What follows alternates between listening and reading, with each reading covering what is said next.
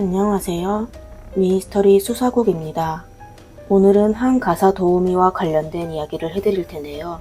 이 가사 도우미는 보기에 아이들을 사랑하고 세심하게 돌볼 것 같지만 실제로 그녀의 차가운 눈빛을 보게 되면 화나면 악마조차 무서워할 정도라는 걸 느낄 수 있습니다. 오늘의 사건은 미국 뉴욕에서 발생하였습니다. 케빈과 마리나 부부는 뉴욕에 거주하고 있었습니다. 케빈 크림은 1998년에 뛰어난 성적으로 하버드 대학 경제학과를 졸업하고 세계 500강의 여러 기업에서 일해왔습니다. 그는 뛰어난 능력으로 야후 마케팅 부서의 부사장을 담당하게 되었습니다. 그리고 그는 CNBC 방송사에 입사하여 CEO를 담당하며 사업에 승승장구하였습니다. 그의 아내 마리나는 유복한 가정 환경에서 자랐습니다. 그녀의 집은 미국에서 가장 비싼 부유한 지역 중 하나인 캘리포니아주 맨하튼 비치에 살고 있었죠. 그녀는 서던 캘리포니아 대학을 졸업한 후 케빈과 결혼했습니다. 그리고 3년 후인 2006년 그들은 첫째 딸 루시아를 갖게 됐습니다. 두 사람은 딸을 루루라고 불렀어요. 그들은 또 2009년에 둘째 아이 네시를 갖게 됐죠.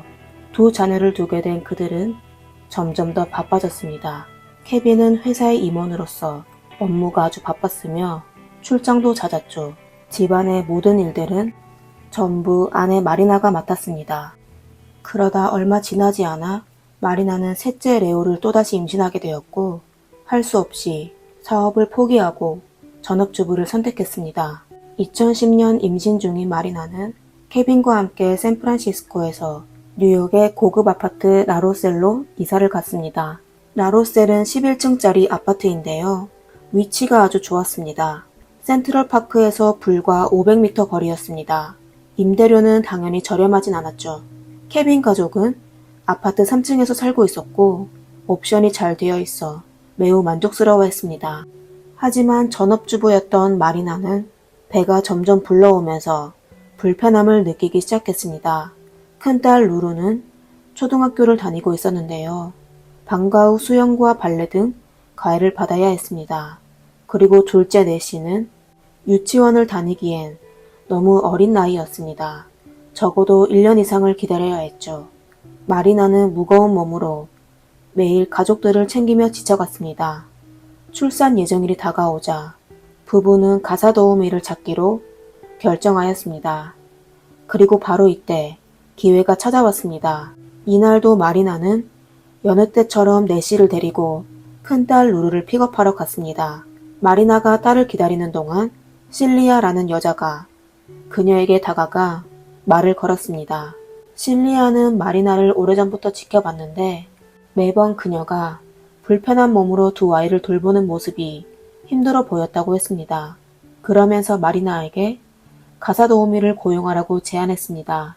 마리나는 본인도 마침 똑같은 생각이라며 실리아에게 추천할 지인이 없는지 물었습니다. 그러자 실리아는 본인이 경력이 있는 가사 도우미라고 하며 이미 돌보고 있는 가족들이 있어 마리나를 도울 순 없지만 마침 같은 일을 하고 있는 여동생이 있는데 착하고 경력이 좋아 관심이 있다면 소개해주겠다고 추천했습니다.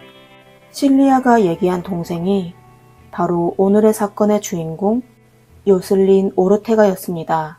요슬린은 1962년에 샌디에이고의 아이가 아주 많은 일반 가정에서 태어났습니다. 그녀는 8남매 중 7번째 아이였죠. 그리고 1985년에 도미니카 공화국에서 회계학 학사 학위를 받았습니다. 그녀는 보다 많은 돈을 벌기 위해 일가족과 함께 미국 뉴욕으로 이주하였습니다. 그리고 많은 신규 이민자들과 마찬가지로 자신의 전공과 관련된 사무직을 찾지 못해 결국 인쇄회사에서 일하게 되었습니다. 1995년 33살인 요슬리는 결혼하여 가정을 꾸리게 되었습니다. 그녀는 남편과 아들 제이를 낳았지만 결국 4년 만에 이혼하게 되었습니다. 이혼한 요슬리는 아들과 함께 다시 도미니카로 돌아갔고 곧 돈이 바닥나자 할 수 없이 다시 미국으로 돌아갔습니다. 그리고 아들을 도미니카의 친척집에 맡겼습니다. 시간은 어느덧 2010년이 되었고 요슬리는 뉴욕의 한 공장에서 청소부 일을 하고 있었습니다. 그러다 언니 리아가 부잣집 가사도우미 일을 하는 걸 보고 요슬린도 같은 직업을 가졌으면 했습니다. 가사도우미는 공장에서 청소부로 일하는 것보다 훨씬 쉽고 시급도 많아서였죠. 이렇게 언니 실리아의 도움으로 요슬린은 마리나 부부와 면접할 기회를 얻게 됐습니다. 엘리트 가족인 마리나 부부는 가사도우미를 찾는 데 아주 신중했습니다. 요슬린의 이력서를 확인한 후 그들은 그녀에게 전 고용주의 추천서를 요구했고 얼마 지나지 않아 제키 바르가스라는 여성으로부터 추천서를 받게 됐습니다. 제키는 추천서에서 요슬린을 아낌없이 칭찬했습니다. 그녀는 요슬린이 몇 년 전 자신의 아이를 돌본 적이 있었는데 아이들한테 아주 잘해줬고 술과 담배 그리고 금지 약품을 하는 나쁜 버릇이 없다고 했습니다. 마리나 부부는 또 요슬린의 범죄 기록을 조사하였는데요. 확인 결과 전과가 없었습니다. 48세 요슬린은 웃는 얼굴로 면접 질문에 잘 대응했고 결국 마리나 집에서 가사도우미로 일하게 됐습니다. 요슬린은 매주 25시간 근무를 했고 시급은 하나로 약 23,000원으로 정하였습니다. 하는 일은 아주 간단했습니다. 매일 오후 루루의 학교 시간에 맞춰 마리나를 도와 아이들을 픽업하고 돌보는 걸 도와주면 됐습니다. 처음 요슬린은 이 일에 아주 만족하였습니다.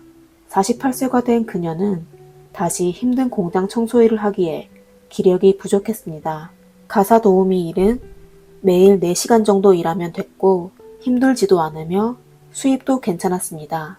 요슬린은 감사한 마음으로 착실하게 일했으며 마리나의 아이들도 아주 잘 보살폈고 아이들도 그녀를 아주 좋아했습니다.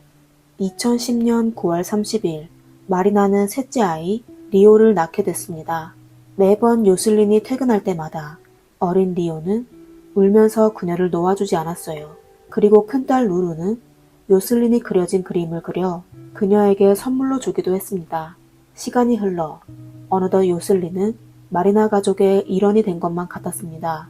마리나는 때때로 요슬린에게 예쁜 옷을 선물로 줬으며 케빈은 국제 비행기 티켓을 그녀에게 선물해 그녀가 매년 무료로 도미니카로 여러 번 갈 수 있게 도와줬습니다. 두 가족의 관계는 더욱 가까워졌습니다. 2012년 2월 마리나와 케빈은 아이 셋과 함께 도미니카로 여행 갔는데요. 9일간 여행 중 요슬린의 집에서 4일을 머물렀습니다. 마리나는 자신의 SNS에 도미니카는 아주 훌륭한 나라라며 그곳에 가족과 함께 있는 게 너무 기쁘다고 글을 쓰기도 했습니다. 그 당시 요슬린이 고용주 가족과 아주 친하게 지냈음을 알 수 있었죠. 하지만 불과 8개월 만에 미국 전체를 충격에 빠뜨리게 한 비극이 발생하게 됐습니다. 2012년 10월 25일 목요일 마리나에게는 여느 때와 같이 바쁜 날이었습니다. 요슬린은 그날 오후 3시 정각에 마리나의 집에 도착하였습니다. 일정에 따르면 그날 그녀가 해야 할 일은 아래와 같았습니다. 우선 2살 레오를 데리고 초등학교로 가서 6살 루루를 픽업해야 했습니다. 그리고 루루를 근처에 있는 발레 학교로 보낸 후 레오를 집으로 데려가 집에서 낮잠을 재워야 했습니다. 이 기간 동안 마리나도 해야 할 일이 있는데 그녀는 둘째 네시를 수영학원에 보내야 했습니다. 그리고 4시쯤 수영 수업이 끝나게 되면 오후 5시까지 네시와 함께 루루를 픽업한 후 오후 5시 30분에 집으로 돌아가 저녁 식사를 하는 것이었습니다. 하지만 그날 요슬린은 계획대로 진행하지 않았어요. 그녀는 일단 레오와 함께 루루를 픽업했지만 루루를 발레 수업으로 데려가지는 않았습니다. CCTV를 확인해보면 요슬린은 두 아이를 데리고 센트럴파크 근처에서 아이들에게 아이스크림을 사줬습니다. 그리고 오후 4시쯤 다시 아이들을 데리고 아파트로 돌아왔고 프론트 데스크를 지날 때 마리나가 떠났는지 체크까지 하였습니다. 그녀의 물음에 경비원은 마리나가 좀 전에 떠났다고 대답하였습니다. 그녀는 집에 누구도 없다는 걸 확인하고 레오와 루루를 데리고 집으로 돌아갔습니다. 함께 엘리베이터를 탔던 이웃은 어린 루루가 기뻐하며 좀 이따 춤추러 갈 거예요 라고 말했다고 했습니다. 하지만 이게 둘의 마지막 만남이 될 거라고는 아무도 상상하지 못했었죠. 오후 5시 4분쯤 마리나는 계획대로 둘째 딸 네시를 데리고 발레 학원에 도착하였습니다. 그녀는 루루가 없는 걸 보고 바로 요슬린에게 문자를 보내 루루가 어디에 있냐고 물었습니다. 답장을 받지 못한 마리나는 요슬린에게 스페인어로 여러 차례 메시지를 보냈지만 여전히 답장이 없었습니다. 뭔가 불안한 느낌이 들게 된 마리나는 바로 네시를 데리고 집으로 달려갔습니다. 그녀가 집에 도착했을 때 집안의 불은 전부 꺼져 있었고 레오의 유모차와 루루의 학원 가방만 덩그러니 현관에 놓여져 있었습니다. 마리나가 여러 번 불렀지만 대답하는 사람은 아무도 없었습니다. 이상함을 느끼게 된 그녀는 즉시 경비실로 달려가 아이들을 본 적이 있냐고 물었습니다. 경비원은 요슬린이 1시간 전 두 아이를 데리고 올라갔고 다시 내려오지 않았다고 했습니다. 그의 말을 듣게 된 마리나는 다시 집으로 달려가 그들을 찾기 시작하였습니다. 그리고 그녀가 욕실 문을 열었을 때 충격적인 장면을 보게 됐습니다. 6살 루루는 두 눈을 크게 뜨고 욕조에 가만히 누워 있었고 딸의 옆에는 2살 남동생 레오가 있었습니다. 그리고 요슬리는 욕조 앞에서 아무 표정 없이 그녀를 바라보고 있었습니다. 요슬린이 갑자기 날카로운 도구를 꺼내 자신의 목을 찔렀습니다. 순간 마리나는 머리가 하얘졌고 제정신이 돌아오자 고함을 지르며 네시와 함께 밖으로 뛰쳐나갔습니다. 신고 전화를 받은 경찰은 현장에 도착한 후 두 아이를 발견하고 바로 헬기로 병원에 이송했지만 아이들을 구하지 못했습니다. 법의학 감정 결과 두 아이의 목에는 상처가 있었고 전부 과다출혈로 숨졌습니다. 그리고 루루는 생전에 저항한 흔적이 있었습니다. 마리나와 네시도 구급차에 실려 병원으로 가게 됐습니다. 구급차 밖에 있던 기자는 36세 어머니의 가장 무기력하고 고통스러운 모습을 포착했습니다. 마리나의 남편 케빈은 샌프란시스코에서 집으로 돌아오는 비행기에 있어 아무것도 모르고 있었습니다. 비행기가 JFK 공항에 도착하고 나서야 전화를 켰고 수많은 부재중 전화와 문자 메시지를 확인하게 됐는데요. 문자는 온통 그의 가족과 자녀에 대해 묻는 문자였고 음성 메시지 중 하나는 마리나가 보낸 메시지였습니다. 메시지 내용은 마리나가 울면서 아이들의 이름을 부르고 있었습니다. 케빈은 아내가 뭐라고 하는지 전혀 알아듣지 못했지만 분명 아이들에게 무슨 큰일이 있었다는 걸 느꼈습니다. 그는 갑자기 앞이 캄캄해지면서 다리에 힘이 풀렸고 그 자리에 주저앉아 버렸습니다. 공항 직원들과 경찰은 바로 달려가 케빈을 부축하여 차에 태워 아이들이 있는 병원으로 출발했습니다. 한편 요슬린도 인근 병원으로 이송되어 응급처치를 받고 있었습니다. 의사의 노력으로 목숨을 건지게 됐지만 목에 있는 상처 때문에 당분간 말할 수가 없었습니다. 그냥 손으로 알파벳을 가리키며 의사소통을 할 수밖에 없었죠. 요슬린은 손짓으로 경찰에게 저는 모든 일을 해야 했어요. 아이들도 돌봐야 했어요. 그녀는 모든 걸 저보고 하라고 했어요. 그녀는 또 저에게 매주 5시간 청소로 과중한 업무를 요청했어요. 그리고 맨날 해야 하는 일도 달랐어요. 저의 고용주 마리나는 매일 저에게 다른 작업 일정을 제시했어요. 경찰 조사 결과 요슬리는 사실 몇 개월 전부터 고용주에 대한 불만이 많았습니다. 시간을 거슬러 다시 2013년으로 되돌아가 봅시다. 2012년 4월에 요슬리는 같이 살고 있는 언니와 다투게 되었습니다. 요슬리는 언니의 집에서 같이 산 지 30년이 됐습니다. 두 자매 사이에 갈등이 좀 있었지만 요슬리는 항상 참고 버티기만 했습니다. 그러다 요슬리는 이번 베이비시터 일로 어느 정도 돈을 모아 언니의 집을 떠나 따로 아파트를 얻어 살기로 했습니다. 그러다 2달 후 요슬린의 아들 제이가 미국으로 유학을 왔습니다. 계획대로라면 17살 제이는 미국에서 고등학교를 졸업하고 미국의 대학을 지원하면 됩니다. 하지만 미국의 공립고등학교에서 공부하려면 제이는 11학년을 다시 다니거나 혹은 등록금이 비싼 사립고등학교에 입학해야 했습니다. 요슬리는 여유롭지 않았지만 아들을 사립고등학교에 입학시켰습니다.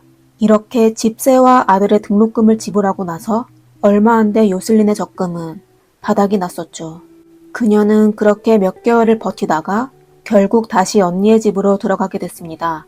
하지만 요슬린은 작은 공간에서 6명이 같이 사는 게 아주 불편했습니다. 그녀는 아들이 미국에 오자마자 고생시키는 게 아주 싫었습니다. 요슬린은 할 수 없이 마리나를 찾아가 그녀에게 도움을 요청하였습니다.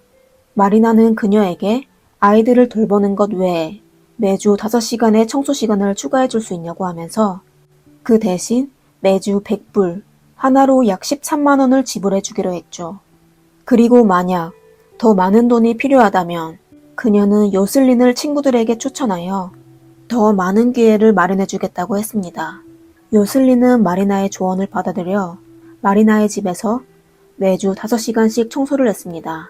쉬는 날이면 요슬린은 다른 집의 아이들을 돌봐주며 밥을 했습니다. 하지만 과도한 노동은 50세 가까이 된 요슬린을 힘들게 만들었습니다. 마리나는 그저 요슬린이 돈을 필요로 한 줄 알고 좋은 마음에 주위 친구들에게 그녀를 소개해주며 그녀가 보다 많은 수입을 벌 수 있도록 도와줬습니다. 하지만 마리나는 자신의 선의가 요슬린의 입장에서 고문이었다는 사실을 전혀 몰랐습니다. 요슬린의 입장에서는 본인이 돈이 필요하다고 했을 때 청소 일감을 주는 게 아닌 주급 100달러를 올려줘야 한다고 생각했습니다.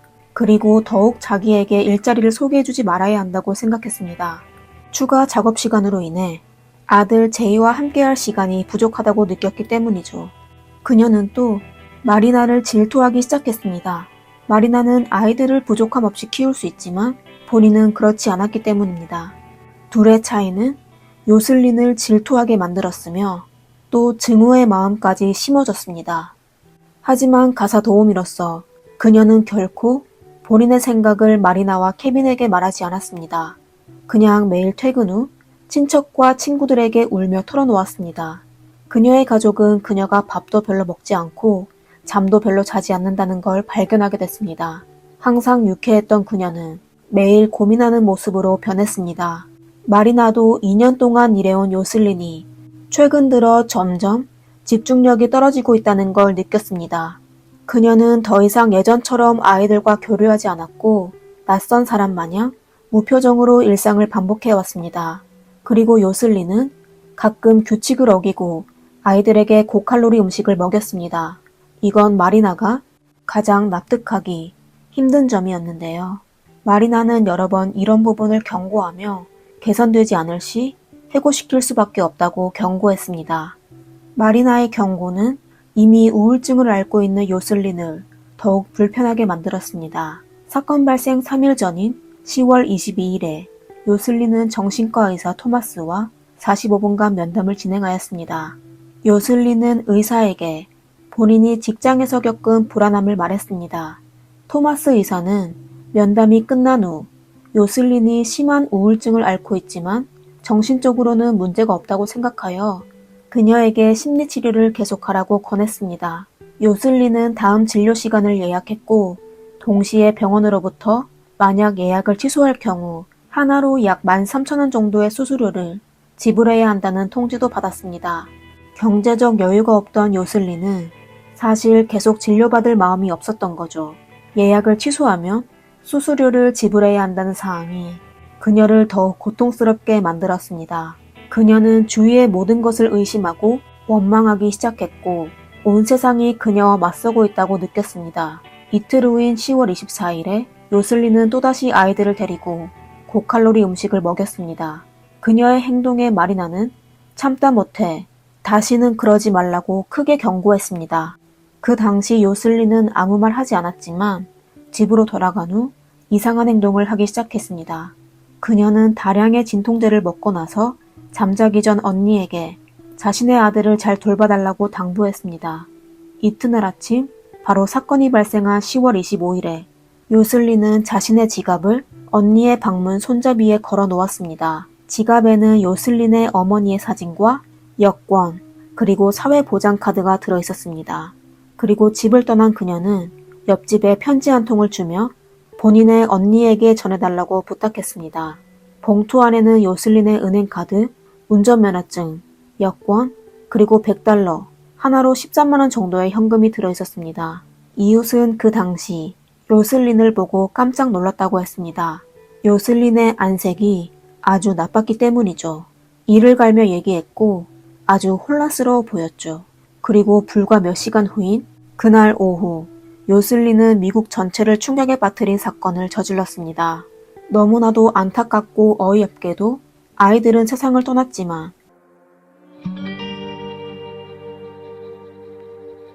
It's a tragedy and I feel so terrible for this family. Horrible tragedy. 요슬린은 몇 차례의 수술을 거쳐 살아남게 되었으며 결국 목에 흉터 하나만 남게 됐습니다. 사건 발생 한 달 후인 2012년 11월에 검사 측은 특급 폭행 혐의로 그녀를 기소하였습니다.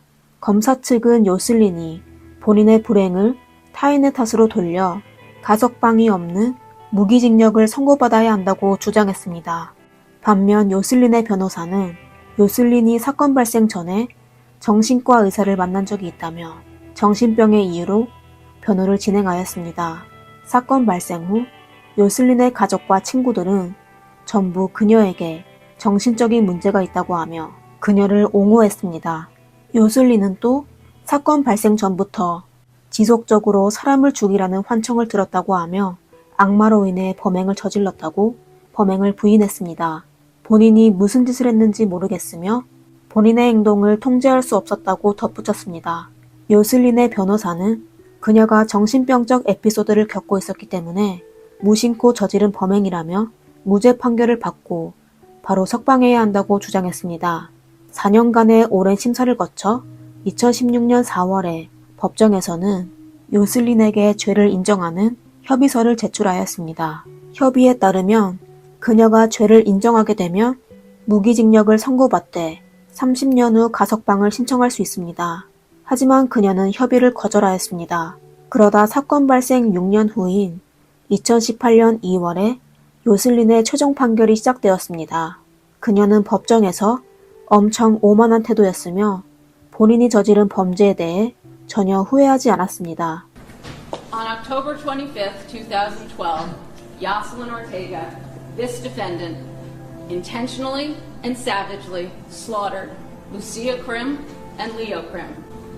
The defendant must prove to you that the majority of the evidence that is reliable and credible establishes that she is not responsible before those murders because she was acting under the influence or under the control of a mental disease or defect, preventing her from understanding what she was doing or that what she was doing was wrong.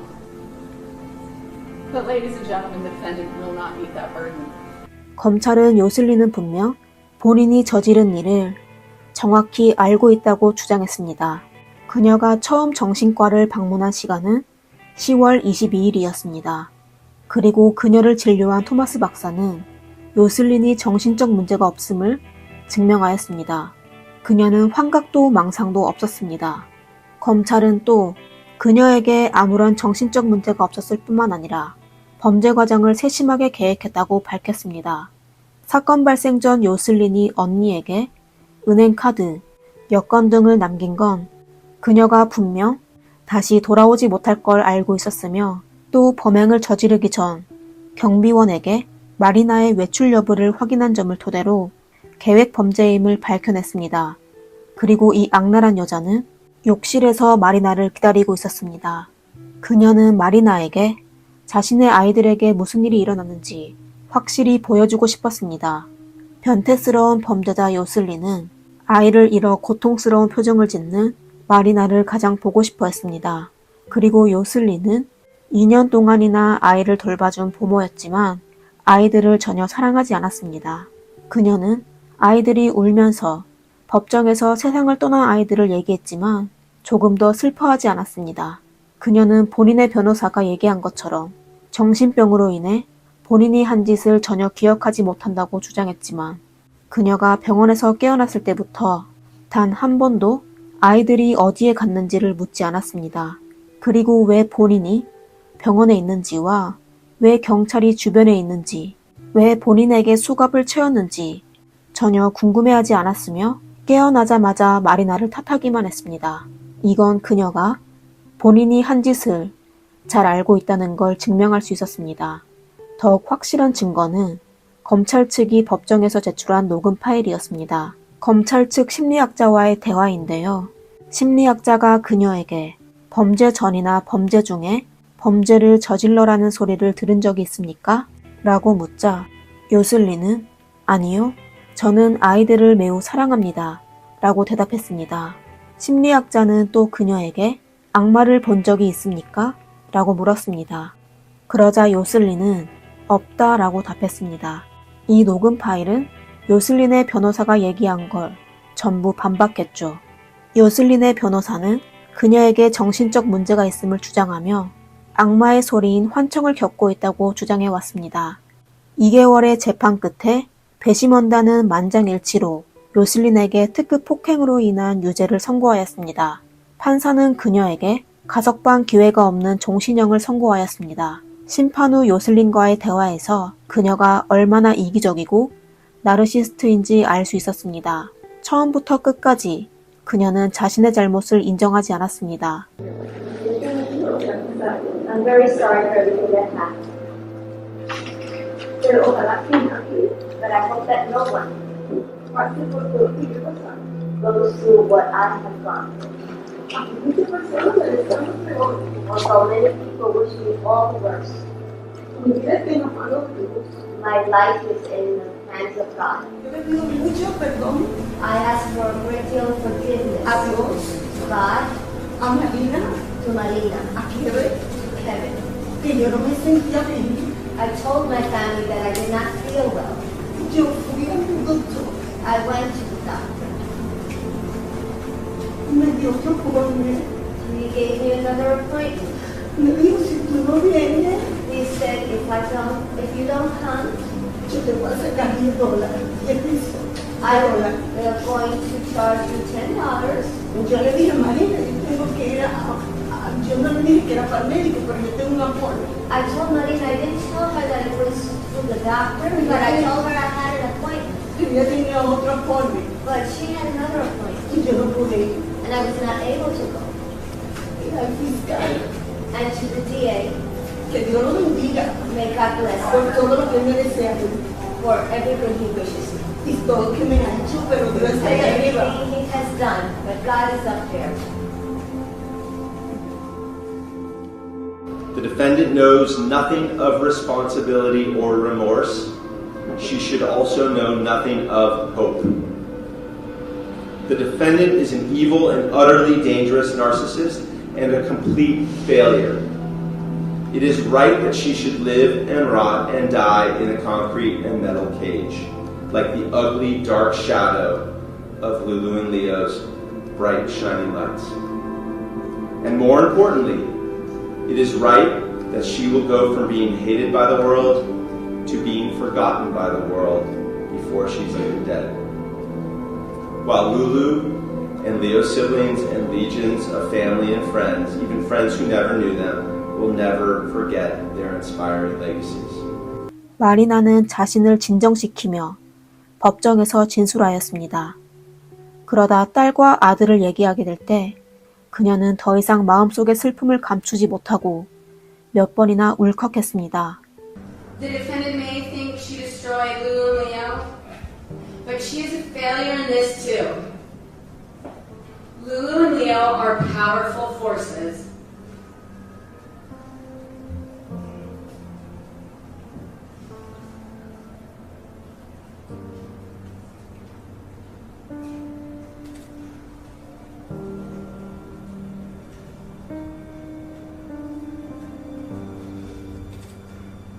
They are two stars now that will always lead us forward. Thank you.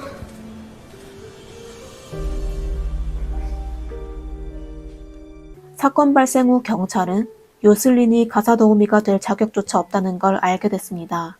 그녀는 아무런 경험이 없었으며 추천서는 그녀의 조카가 작성한 것이었습니다. 추천서의 내용은 전부 거짓이었으며 이력서도 당연히 조작된 것이었습니다. 2018년 8월 뉴욕주는 이 사건을 기반으로 루루와 레오 법안을 발표하였습니다. 이 법안에는 구직 신청 사기에 대한 법적 책임을 명확하게 규정하였습니다. 다행스럽게도 사건 발생 후 케빈과 마리나는 의기소침함을 선택하지 않았습니다. 마리나 부부는 비영리 단체인 루루와 레오 재단을 설립하였습니다.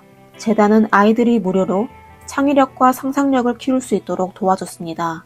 더욱더 많은 아이들이 자유롭게 창의력을 발휘하는 모습을 보게 된 케빈과 마리나는 마치 루루와 레오가 다시 태어난 것만 같았습니다. 그들은 이런 방식으로 미리 하늘나라로 간 아이들을 추모하고 기억하였습니다. 사건 발생 1년 후인 2013년에 케빈과 마리나는 넷째 펠릭스를 갖게 됐습니다. 그리고 2016년에 다섯째 라이넌스를 낳았습니다. 케빈은 보다 많은 시간을 투자하여 아이들과 시간을 보내게 됐습니다. 일가족은 매년 가족이 함께 여행을 떠나며 루루와 레오의 생일을 기념해 왔습니다. 그들은 아이들을 잊지 않았으며 건강하고 행복할 수 있도록 노력하였습니다. 사진 속 모두가 환하게 웃는 모습인 행복한 가족들의 모습은 정말 감동적이었습니다. 여러분은 이 사건에 대해 어떻게 생각하시나요? 댓글로 남겨주세요. 힘든 시간을 보내고 계신 분이 있다면 마리나 가족의 긍정적인 모습을 보며 용기를 얻을 수 있기를 바라겠습니다. 이상 미스터리 수사국입니다. 다음 영상에서 뵙겠습니다. 감사합니다. 로스 알파케스 캠핑장 외곽에서 갑자기 쾅 하는 소리와 함께 수십 미터의 불덩이가 순식간에 사람들 눈앞에 나타났습니다. 사이렌 소리와 함께 비명 소리가 들리더니 모든 사람들이 순식간에 까맣게 타버렸습니다. 사람들은 모두 양팔을 가슴으로 모으고 두 발은 O자 모양으로 휘어져 있었습니다. 로스 알파케스 캠핑장에는 과연 무슨 일이 일어났을까요? 안녕하세요. 미스터리 수사국입니다. 오늘은 스페인에서 발생한 끔찍한 화재 사건을 소개해 드리겠습니다. 1978년 7월 11일 정오, 트럭 운전사 프란치스코는 스페인 타라고나 지역의 한 정유 공장에서 액화 프로필렌 한 트럭을 싣고 목적지인 바르셀로나로 향했습니다. 프란치스코는 올해 50세로 20여 년 동안 거의 매일 유료 운송 일을 해왔습니다. 그의 탱크는 스페인 저수지 회사 소속으로 주로 회사에서 유료를 운송해 왔습니다. 회사의 요구대로 이번에는 23.47톤의 프로펠린이 실렸고 탱크 용량인 19톤보다 4톤이나 넘었습니다. 또한 회사는 프란치스코를 위해 가성비가 가장 좋은 노선을 선택하여 N340 해안도로를 지나 고속도로 요금을 내지 않도록 했습니다. 이렇게 하면 고속도로 통행료를 지불하지 않아도 되고 또 더 많은 물자를 실을 수 있으며 운송 비용도 줄일 수 있었죠. 이것은 장거리 화물 운송업계에서 모두가 알고 있는 관행이었습니다. N340 도로에서 프란치스코는 길가의 풍경을 바라보고 라디오를 들으며 빽빽한 도로 위를 달리고 있었습니다. 2시 30분경 트럭은 현지에서 유명한 관광지인 로스 알파케스 캠핑장 근처에 도착했습니다. 이곳은 바르셀로나까지 약 2시간의 거리가 남아 있었습니다. 바로 그때 탱크차 뒤에 있던 승용차 한 대가 갑자기 많은 차량 사이에서 좌우로 요동치기 시작했습니다. 스페인 N340 국도에 위치한 로스 알파케스는 스페인 타라고나 지역에서 꽤 유명한 휴양지였습니다. 오래전부터 대외무역 항구로 사용되었는데요. 넓은 해변가가 있었죠. 매년 여름이 되면 현지인뿐만 아니라 많은 외국인들이 즐겨 찾는 곳이었습니다. 7월 11일, 그날은 관광지에 수백 명의 관광객들이 몰려 있었고 1년 중 가장 바쁜 시기였습니다. 어떤 사람은 수영을 하고 또 어떤 사람들은 선탠을 하고 흥에 취한 사람들은 춤까지 추며 즐기고 있었습니다.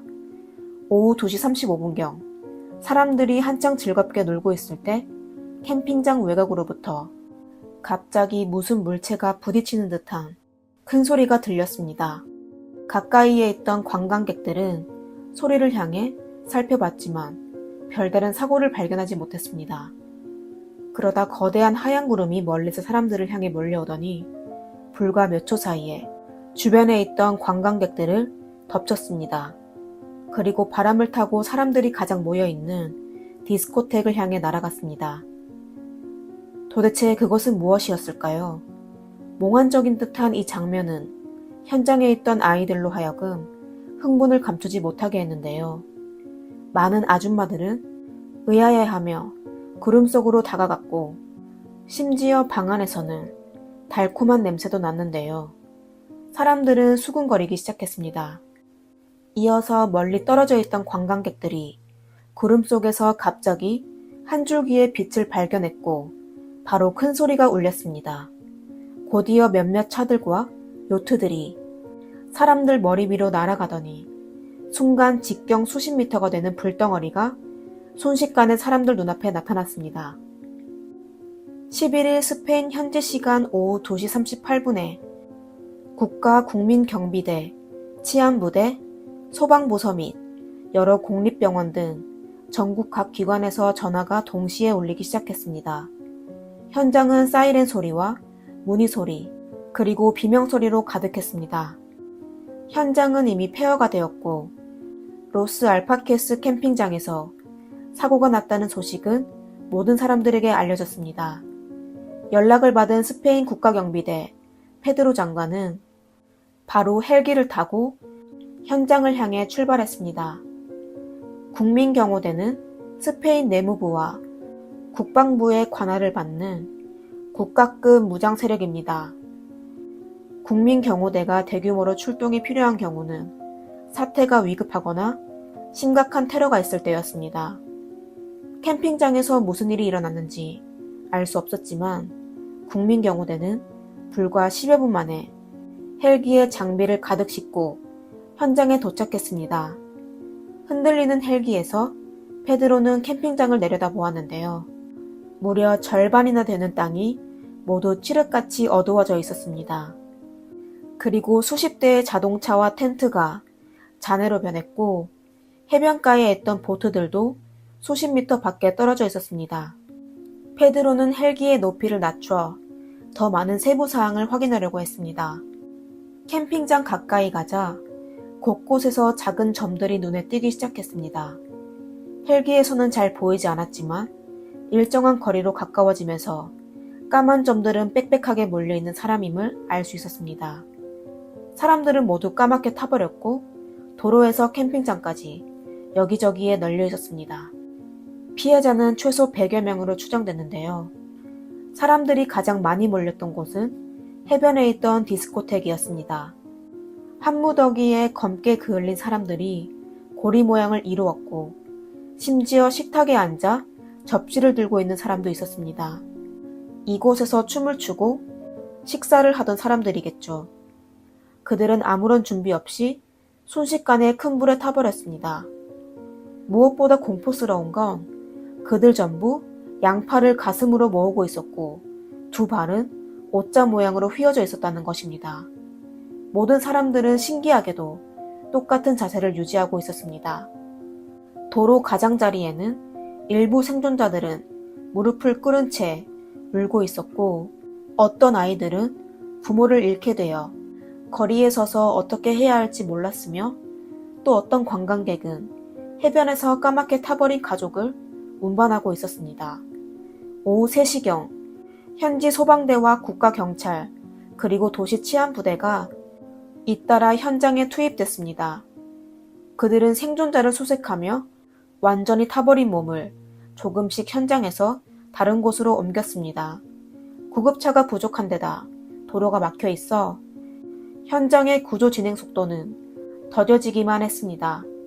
이날 저녁 일부 생존자들이 병원으로 이송되고 나서 구조대는 폭발한 위치에서 토막난 유류 트레일러 한 대를 발견하게 되었습니다.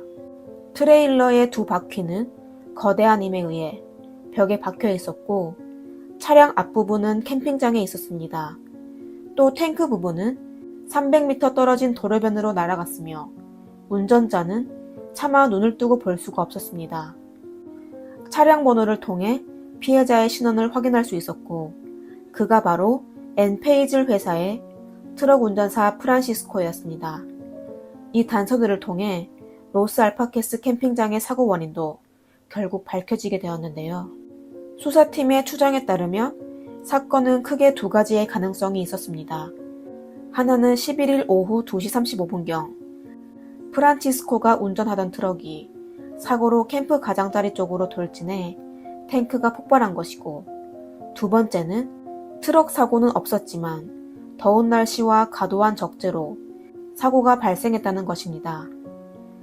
차량이 캠프 인근으로 이동할 때 탱크 안에 수소용 액체로 압축됐던 프로필렌이 탱크에서 빠르게 기화해 외부로 유출되면서 프로필렌 구름으로 형성되어 사람들이 몰리는 캠핑장으로 날아갔고, 뭉게 구름은 곧 캠핑장을 덮었고 사람들이 궁금해할 때쯤에 불씨에 도달하게 된 겁니다.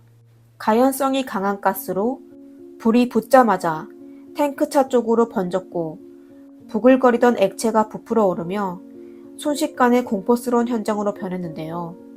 이 폭발은 탱크가 파손될 때 흔히 발생하는 사고입니다.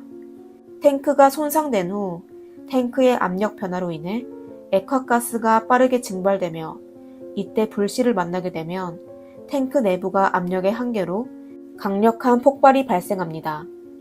통상적으로 15kg짜리 가정용 액화가스도 극한의 상태에서 폭발하게 되면 순식간에 닫힌 건물을 파괴할 수도 있습니다. 프란치스코의 탱크에는 총 23톤의 프로필렌이 들어있었고 순간 섭씨 1000도가 넘는 거대한 불덩어리로 형성되어 지상의 가로 20, 높이 1.5m의 구덩이를 남겼습니다. 캠핑장은 몇 초도 안 되는 순식간에 축구장 45개의 크기만한 캠핑장 90% 정도를 잿더미로 만들었습니다. 사람들이 미처 반응하기도 전에 단숨에 타버렸습니다.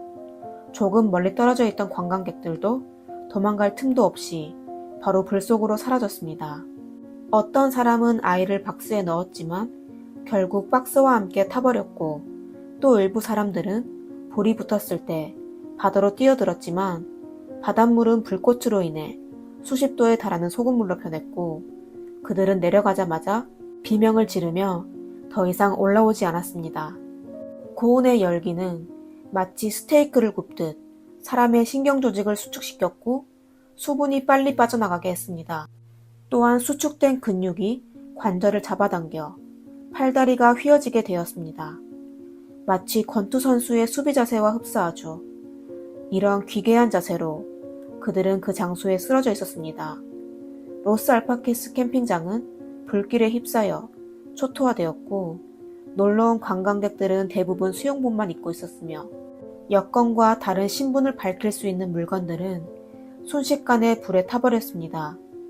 그리고 사람들의 몸은 까맣게 탄 채로 물건들과 붙어 있었습니다. 자원봉사자와 소방관들은 사람들을 한 곳으로 옮겼습니다. 자원봉사자들은 사람들을 발견했던 위치도 전혀 기록하지 않았고 심지어 수박통을 머리뼈로 착각하여 던지기도 했습니다. 하여 피해자의 신원 확인은 더욱 어려워졌습니다. 법의학팀은 피해자가 생전에 사용한 틀니와 병원에 남긴 엑스레이를 통해 일부 신원을 확인할 수 있었지만 많은 신원은 확인이 불가했습니다. 재난에서 살아남은 수백 명의 환자들은 각각 바르셀로나와 남부 발렌시아의 병원으로 옮겨졌습니다. 그중 127명은 병원으로 이송 시 이미 전신의 90% 이상의 화상을 입었습니다.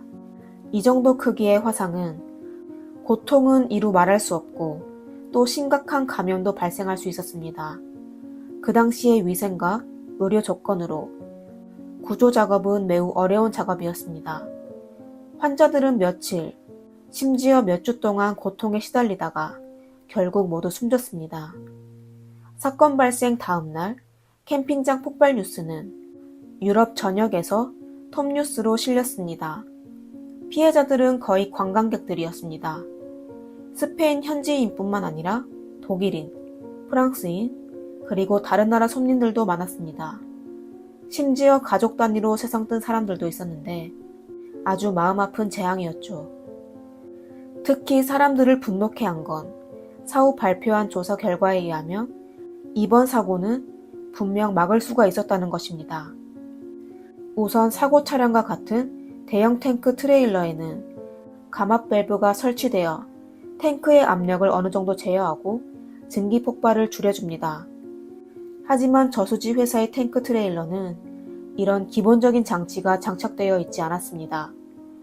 하여 조사팀은 프란치스코의 트럭이 액화 석유가스 운송 기준을 전혀 충족하지 못했다는 사실을 발견하였습니다. 부식성 물질을 실어 운송한 적이 있어 탱크의 벽은 매우 약해져 있었고 작은 문제가 발생해도 사고를 일으키기 쉬우며 또 가스가 노출되기 시작하면 탱크의 압력 내력이 약하기 때문에 불시에 부딪히게 되면 급속하게 폭발할 수 있습니다. 그리고 현장에 있던 사람들도 탈출할 기회가 전혀 없었을 것입니다. 엔페이즐 회사가 프란치스코에게 지시하여 과도한 양의 프로필렌을 적재하게 했습니다. 또 그에게 고속도로를 피해 인구가 밀접한 N340번 도로에서 운전하기를 요구했습니다. N340번 도로는 차가 많고 도로가 좁았을 뿐만 아니라 해안도로이기도 합니다. 이는 곧 사고 확률 증가와 사망자 증가로 이어집니다.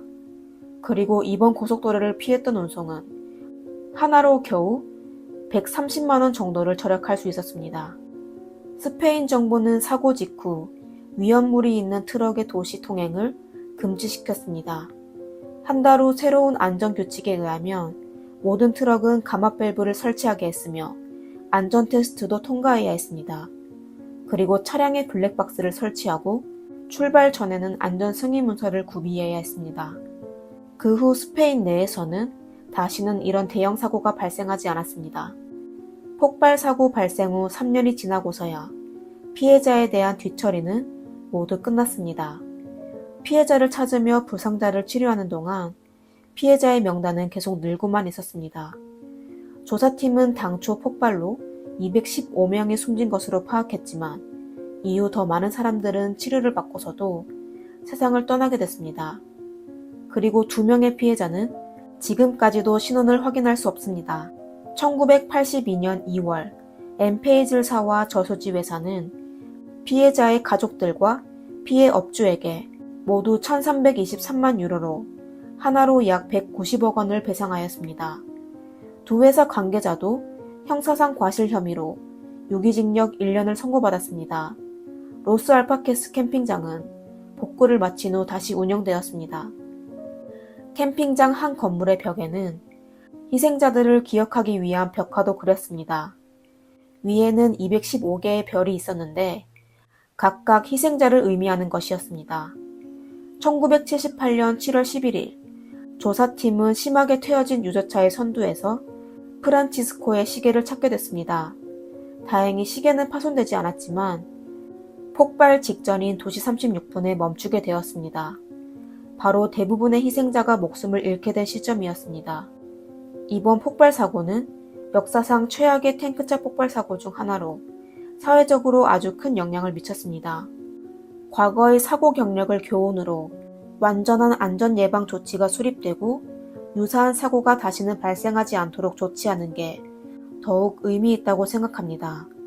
이 사고를 통해 스페인뿐만 아니라 전 세계적으로 정부에서 더욱 완전한 안전 예방 조치를 취하여 현장 직원과 주변 주민들의 생명과 재산을 보호하기를 바라며 우리가 살고 있는 환경이 파괴되지 않도록 지켜주며 이런 비극이 다시는 발생하지 않도록 바라겠습니다. 오늘의 이야기는 여기까지입니다. 재미있게 보셨다면 좋아요와 구독 부탁드립니다. 다음 영상에서 뵙겠습니다. 이상 미스터리 수사국입니다. 감사합니다.